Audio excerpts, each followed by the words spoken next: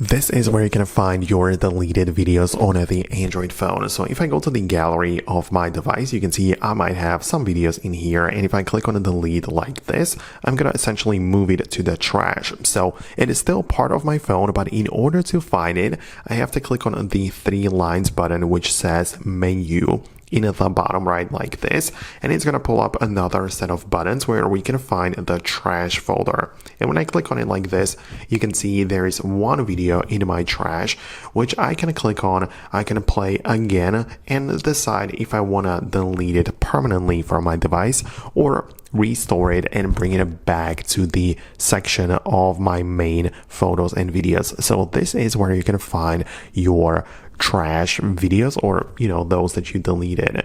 Another method would be by going to the settings app of the device like this, and from the available options just go to the device care like this, and then click on storage, which will give you the storage breakdown. But you should also see the trash folder, which applies generally across the whole phone. So you can see one item in gallery, in messages, contacts, and so on. And in here I can as well get to these trash videos.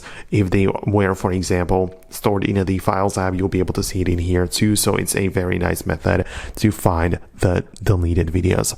So thanks a lot for watching. Subscribe for more, and I'll see you later.